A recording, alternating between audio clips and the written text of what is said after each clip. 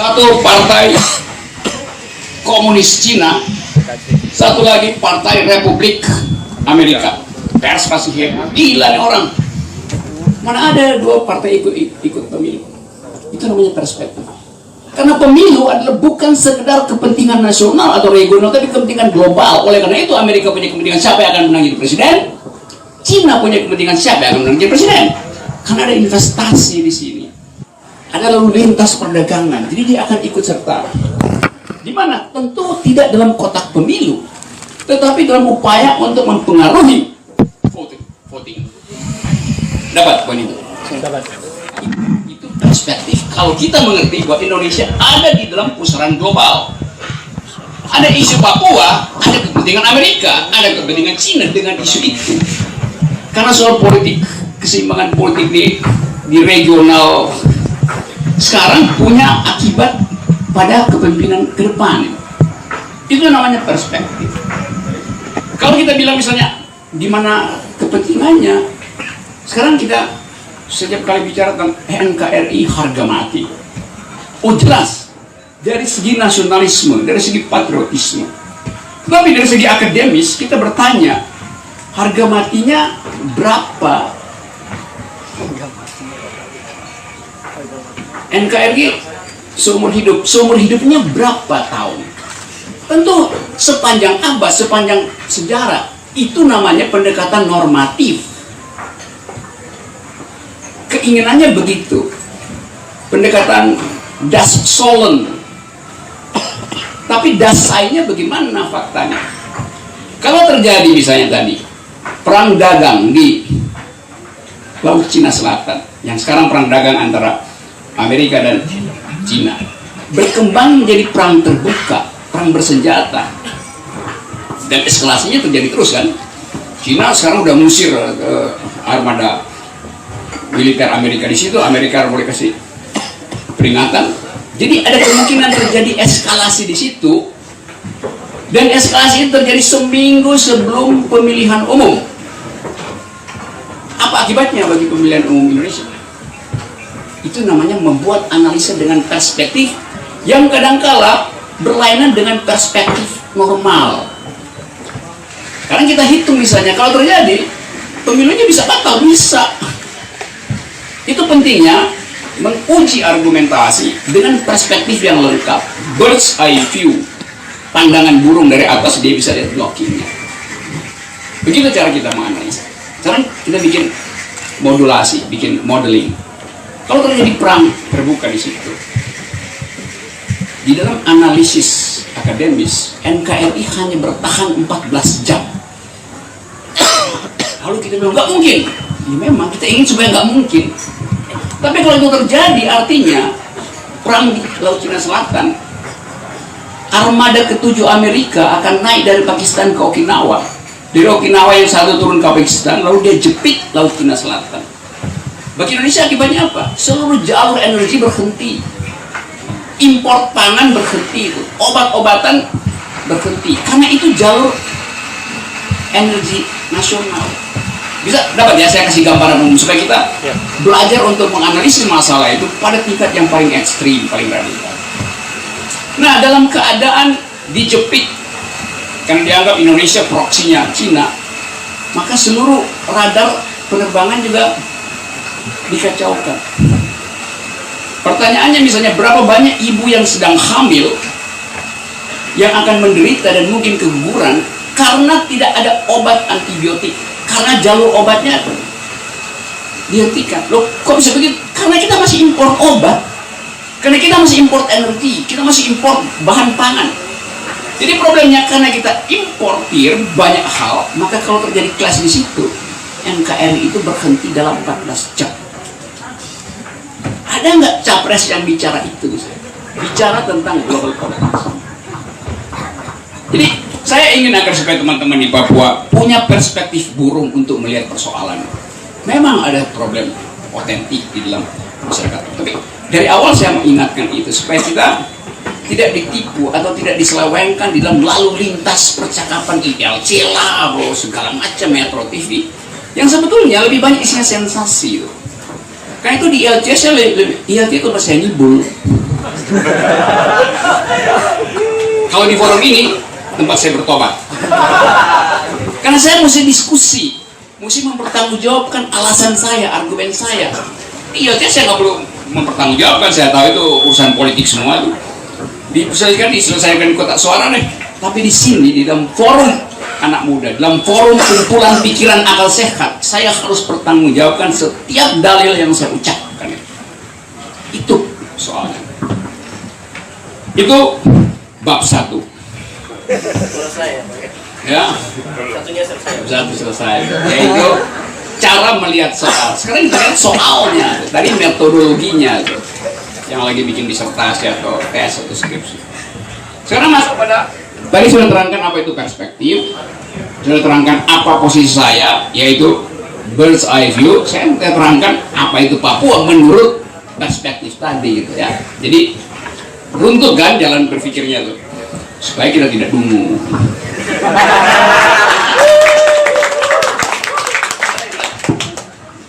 Nah, lanjutkan perlahan-lahan. Kita masuk di dalam soal berikut, yaitu cara kita melihat tadi soal yang ada di depan mata kita.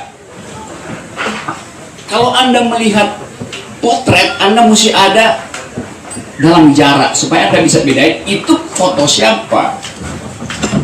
Foto kandidat ini, foto kandidat itu, foto bupati itu, foto bupati itu. Kalau Anda ada di dalam jarak yang sangat sempit, Anda nggak bisa bedakan wajah orang. Jadi mesti ada jarak supaya kita bisa mengenal real problemnya apa. Oke, jadi saya ambil jarak sedikit ya. Di dalam analisis akademis, kalau kita bicara tentang Papua, problem Papua, terutama dalam current issue, today's issue, political issue, yang hari ini kita baca, maka kita punya beberapa perspektif. Ada perspektif, misalnya perspektif negara. Perspektif negara tentu adalah suatu ketertiban dan keutuhan. Hanya itu perspektifnya. Dari segi negara, siapapun presidennya, dia tidak mungkin mengucapkan hal selain harus ada ketertiban dan harus ada keutuhan. Konsekuensinya panjang. Berarti tidak boleh ada secesionism, pemisahan. Berarti tidak boleh ada perbenturan kepentingan. Karena kepentingan negara adalah memelihara, entah itu dalam istilah politik kedaulatan atau istilah akademis, imajinasi tentang kebangsaan. Jadi itu perspektif negara, perspektif power. Dapat poin itu ya. Ada perspektif lain, perspektif kampus, perspektif ilmu pengetahuan, LIPI misalnya, researchers misalnya, yang melihat itu dari berbagai macam sudut.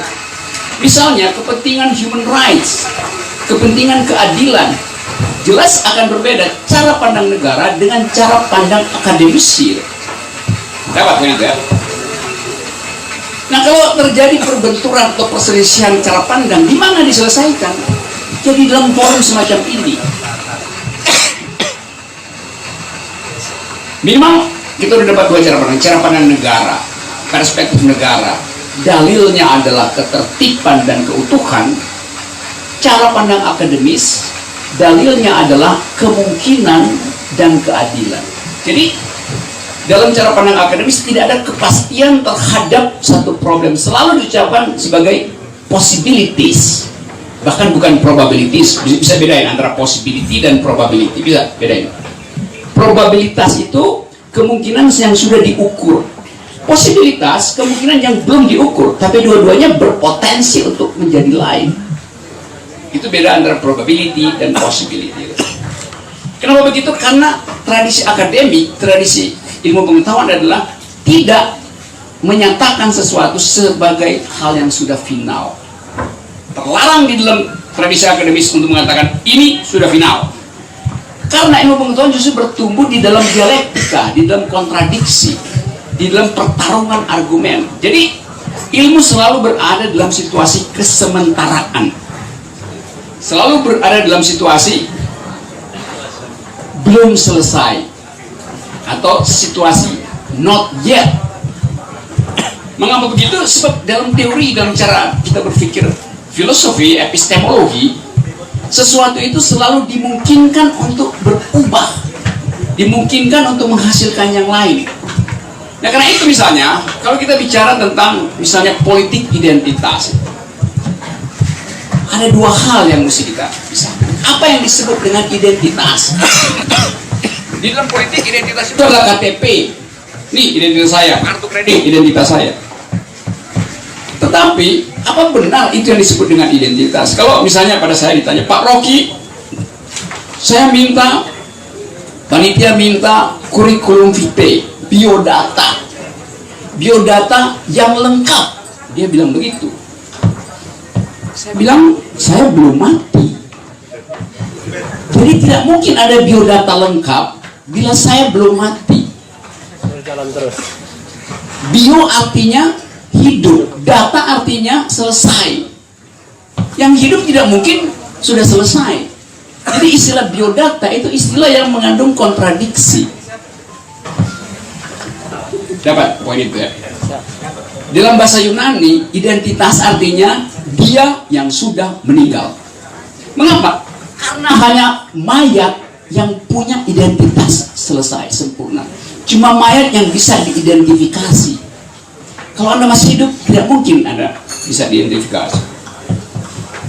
Setiap kita bernapas, epitel kita terlepas. Tarikan napas menyebabkan kulit yang sudah kering dia lepas, supaya ada yang tumbuh baru. Setiap saya bertemu orang, imajinasi saya berubah. Kalau saudara Rian, dia punya pacar cantik betul. Tapi karena nggak pernah bertemu dengan pacar orang, dianggap pacarnya udah paling cantik loh. Begitu dia bertemu, dia mulai ragu, yang mana yang lebih cantik ya? Berubah identitas dia tentang perpacaran. Jadi selama kita hidup, kita selalu ada di dalam suasana semiotik, suasana bertumbuh di dalam simbol. Jadi simbol itu bertumbuh terus. Nah kalau kita hentikan simbol itu, artinya kita menjadikan dia mayat, berhenti supaya bisa identifikasi. Dan itu bukan tugas akademisi, itu tugas Polri, mengidentifikasi jenazah di forensik. Bisa bedain ya yang kita sebut identitas. Jadi kalau bilang politik identitas sebetulnya bertentangan di dalam logika. Dalam istilah logika namanya oksimoron, contradicting di dalam frasa. Kayak tadi biodata itu oksimoron namanya, bertentangan di dalam dirinya.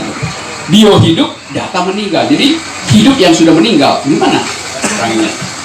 Tetapi orang biasa katakan itu, apalagi minta biodata lengkap, kan ngaco. Saya kasih biodata saya misalnya, ini biodata saya. Begitu saya selesai menulis biodata saya, bio saya udah berubah. Karena proses saya menulis, saya bertemu dengan pikiran milenial Papua, maka pikiran saya tentang konsep milenial berubah. Ya. Saya mesti bikin biodata baru kalau begitu. Begitu diminta ijazah terakhir apa? Saya menganggap ijazah terakhir saya adalah argumen saya terakhir, bukan apa yang ditulis di dalam.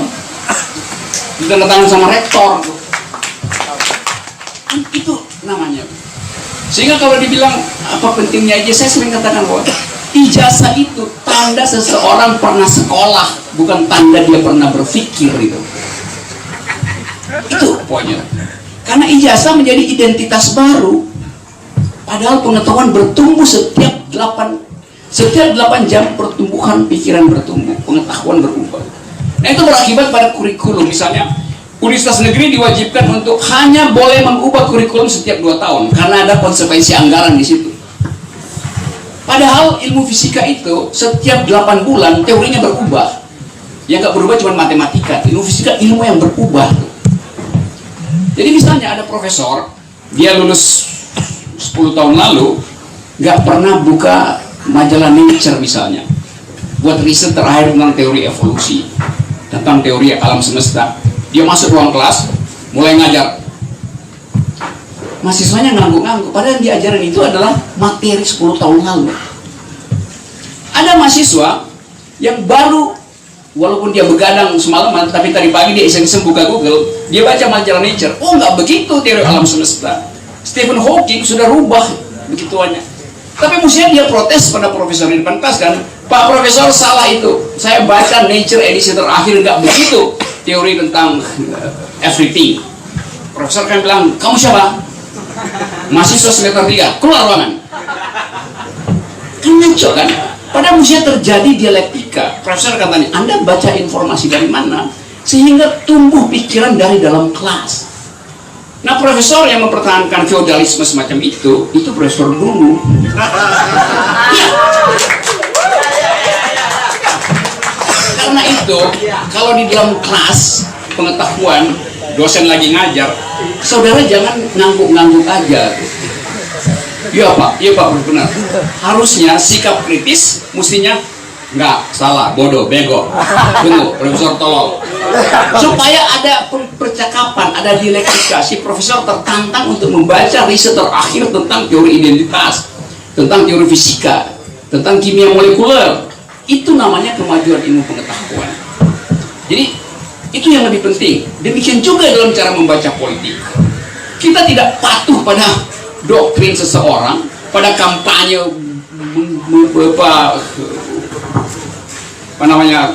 kampanye demagogi artinya orang yang ngomong sekeras-kerasnya, pamer ini pamer itu, manipulasi opini publik, tapi nggak ada poin. Kita mesti menggeleng. Itu sebabnya saya dorong selalu supaya politisi itu kalau berkampanye datang ke kampus, minta diuji di kampus itu pikirannya. Jadi jangan takut untuk membaca politik kalau kita punya metode untuk mengerti persoalan. Itu soalnya. Ya, karena dengan konsep itu saya pergi pada problem cara membaca Papua tadi. Saya terangkan tadi ada perspektif negara, ada perspektif akademis. Dasar dari perspektif negara adalah ketertiban dan keutuhan.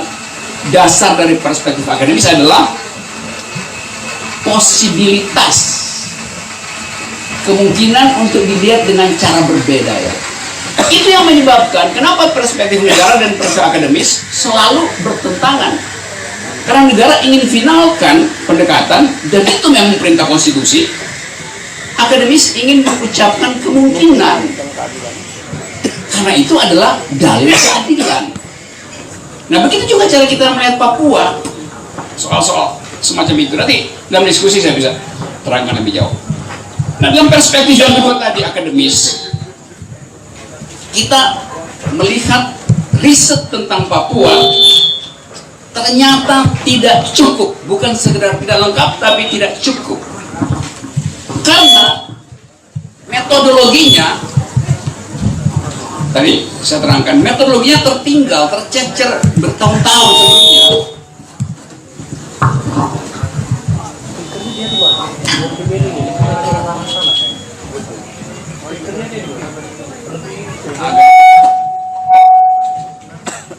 Jangan arah ke sana. Oke. Di belakang itu oh iya itu lah. Itu sudah. Ini kan. Oke. Yang ada Bang, apa? Bang. Speakernya ada pinsinya aja itu. Ada pin keluar aja.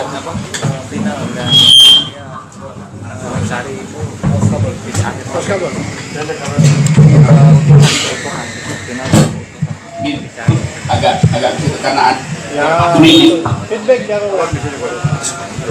Oh, kabelnya pendek. Kalau begitu apa solusinya? Kalau kabelnya pendek berarti saya masih menjauh. Oke ya. Karena kabelnya pendek, saya yang mesti menjauh.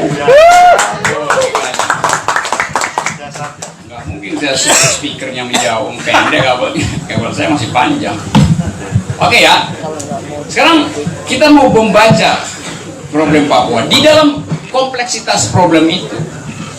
Kalau kita taruh di situ semua teori dan eksplanasi tentang Papua, kata kunci yang muncul selalu adalah satu, hak self determinasi, dua, keadilan, tiga, hak asasi manusia, empat, eksploitasi ekonomi, lima, berterus-menerus cuma itu diputar-putar. Jadi ada jebakan metodologi di situ. Dengan kata lain, kita mau membuka cara melihat lain di dalam soal itu. Nah, cara itu yang kadang-kala dianggap sebagai, orang bilang, aduh berat, ambil cara yang lain. Cara yang dibikin selama bertahun-tahun. Kenapa? Karena investasi kekerasan sudah terjadi bertahun-tahun di anak benua ini, dan itu faktanya. Tapi investasi kekerasan tidak berarti bahwa kita berhenti dengan sekedar menganggap karena ada investasi kekerasan maka penyelesaiannya juga adalah kekerasan. Kan itu logika yang tertutup kan. Jadi kita mau buka logika itu tuh. Betul, diterima fakta ada investasi kekerasan oleh rejim. Penyelesaiannya lawan dengan kekerasan. Kacau cara berpikirnya. Jadi kita luput dari upaya untuk melihat dimensi lain dari masalah ini. Kalau misalnya kita bandingkan, saya berikan dulu keterangan teoritisnya. Bandingkan misalnya tuntutan self-determinasi dari, sebut aja rakyat Papua atau sebagian rakyat Papua atau elit Papua atau apa aja namanya, KKB segala macam. Tapi saya hindari semua itu sebelum jadi kontroversi. Tapi saya mau katakan begini, keinginan lain untuk melihat Papua, keinginan lain untuk melihat Papua ada di dalam imajinasi setiap orang Papua, di dalam imajinasi. Masalahnya adalah kapan dia menjadi konkret, kapan dia tumbuh sebagai kepentingan politik, kapan dia mengendap sebagai keinginan akan kerukunan. Itu tiga sensasinya. Berharap dia tumbuh sebagai identitas politik, berharap dia tumbuh sebagai dendam yang berkepanjangan, atau kita berharap cara berpikir lain tentang potensi kerukunan. Saya sebut tadi potensi, atau saya pakai istilah tadi posibilitas kerukunan. Nah, kata itu kata yang akhirnya menguap selama ini karena tadi beban sejarah itu. Yang kedua, komponen dari kekacauan itu adalah perspektif internasional. Beberapa waktu lalu di ILC saya terangkan bahwa ada teori di dalam ilmu ekonomi yang disebut sebagai resources curse, kutukan sumber daya. Kalau Papua miskin, nggak ada yang akan berebut kepentingan di sini. Justru karena ada sumber daya, maka terjadi perebutan kepentingan. Yang sudah lama dalam teori ilmu ekonomi, negara-negara, daerah-daerah yang kaya sumber daya, justru di situ ada kutukan, yaitu potensi kekerasan. Itu yang disebut Dutch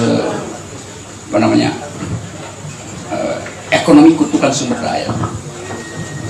Jadi tadi saya ulangi ya, karena ada problem itu, maka peserta pemilu 2018 bukan cuma 16, bukan cuma 18, tapi 20. Yang akan ikut siapa lagi?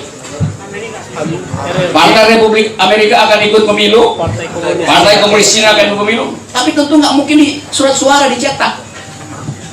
Tapi kita mesti membaca itu sebagai intelektual, kita membaca itu karena ada resources. Itu yang penting buat membaca perspektif ini. Nah, saya lanjutkan. Saya membaca seluruh riset tentang Papua, dan 2 hari lalu seluruh riset itu ingin saya uji tadi dari ketinggian. Tadi saya katakan kalau kita mau membaca sesuatu, perspektif kita mesti dari ketinggian supaya bisa blocking. Bird's eye view, helicopter view. Lalu saya uji perspektif itu di ketinggian Gunung Siklop. Siklop. Bacanya Siklop. Apa yang diuji di situ? Biasanya orang kalau naik gunung, dia naik pakai kaki, turun pakai kaki. Tapi kemarin saya naik gunung itu, saya udah puluhan kali naik gunung di dalam dan di luar negeri. Kemarin saya nggak naik pakai kaki, nggak turun pakai kaki. Saya naik pakai tangan dan turun pakai pantat. Artinya saya merangkak waktu naik dan nyesot waktu turun. Tapi itulah perspektif untuk membaca Papua. Kita mesti merangkak untuk mengetahui sumber persoalan, dan kita mesti nyesot supaya kita tahu di mana hambatan itu. Jadi peneliti atau politisi atau birokrat yang tidak pernah merangkak untuk menemukan problem Papua dan tidak pernah ngesot untuk tahu keadaan sebenarnya, itu pasti diliputi oleh banyak prasangka. Nah, kemarin saya naik gunung itu dengan perspektif yang saya terangkan ketiga tadi, perspektif kerukunan. Merayakan Natal di atas sana dengan perspektif kerukunan.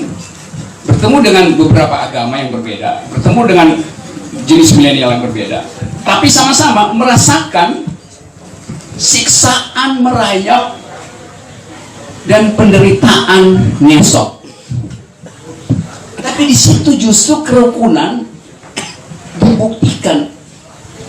Anda nggak mungkin merayap sendiri tanpa didorong dari bawah, dan Anda tidak mungkin ngesot pakai pantat sendiri tanpa ditahan dari atas.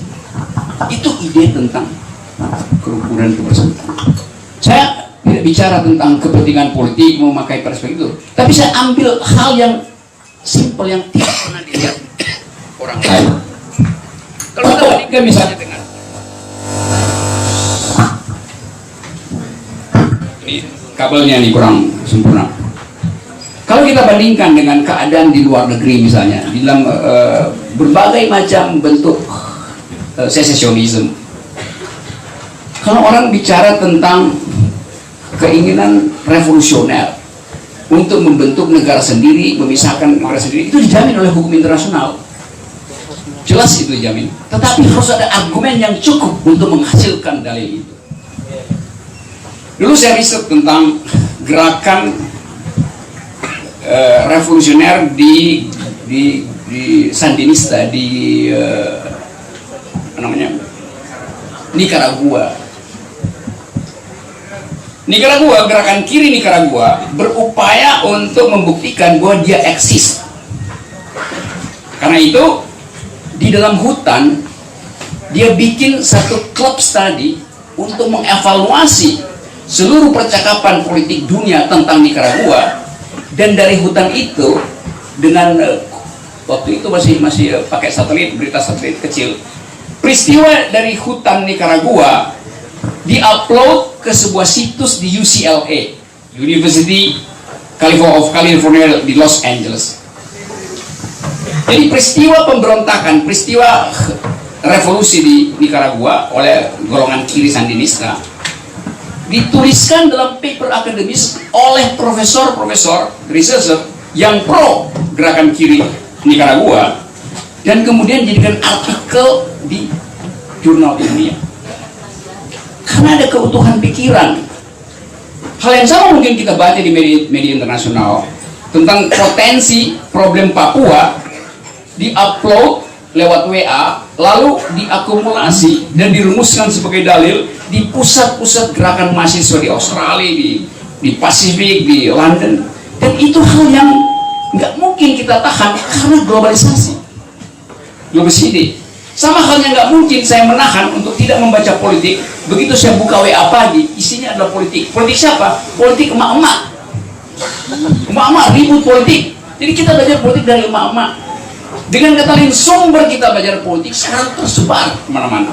Pers terbuka, dan pers dunia. Jadi Anda bisa akses informasi yang menjelajahkan pemerintah, yang pro pemerintah. Semuanya tergantung pada kemampuan Anda untuk menganalisis perspektif mana yang Anda mau pakai di dalam arus informasi yang begitu deras. Kalau misalnya kita uraikan ini satu persatu, kita akan tiba pada kesimpulan bahwa supaya milenial Papua punya harapan, politik harapan untuk menghasilkan masa depan, maka seluruh informasi harus tersedia untuk dianalisis. Itu langkah pertama. Jadi seringkali politik itu tumbuh di dalam kekacauan karena dua hal. Ada bias di dalam metodologi berpikir, dan ada sumber informasi yang tidak lengkap. Itu bukan sekedar masuk di dalam kalangan milenial di Papua, tapi juga pada intelektual Jakarta. Dia nggak tahu apa yang terjadi di perbatasan Merauke sana pada kelompok kecil, karena dia lihat itu dari kacamata yang tadi. makroskopi gitu. Bukan mata elang yang memperhatikan ini ular, itu adalah tikus. Elang dengan sempurna membedakan ular dengan tikus. Itulah gua kadang-kadang nggak bisa bedain ular dengan tikus karena dia lihat dari arah sini, bukan dari atas. Nah, kita rehat sejenak sambil saya menunggu pertanyaan saudara-saudara. Beberapa hal masih saya simpan untuk tidak diucapkan. Saya menunggu kemampuan saudara untuk menganalisis sehingga kita bisa duel argumen di forum ini. Sekali lagi, duel argumen, bukan duel tinju. Kalau duel manjat tebing, saya tunggu di atas nggak ada milenial Papua yang datang ke Siklop sana tuh. Padahal itu tempat yang sangat bermutu untuk menghasilkan perspektif. Kita bisa bilang perspektif Siklop tentang masalah Papua. Mestinya milenial Papua terlibat di dalam soal itu. Dan saya berharap nanti dalam gerakan-gerakan berikut di Papua ini ada gerakan Bimas Noken, dan saya mendukung itu. Karena itu bukan urusan politik, tapi urusan untuk menghasilkan perspektif lain dalam wajah Papua, itu perspektif kerukunan.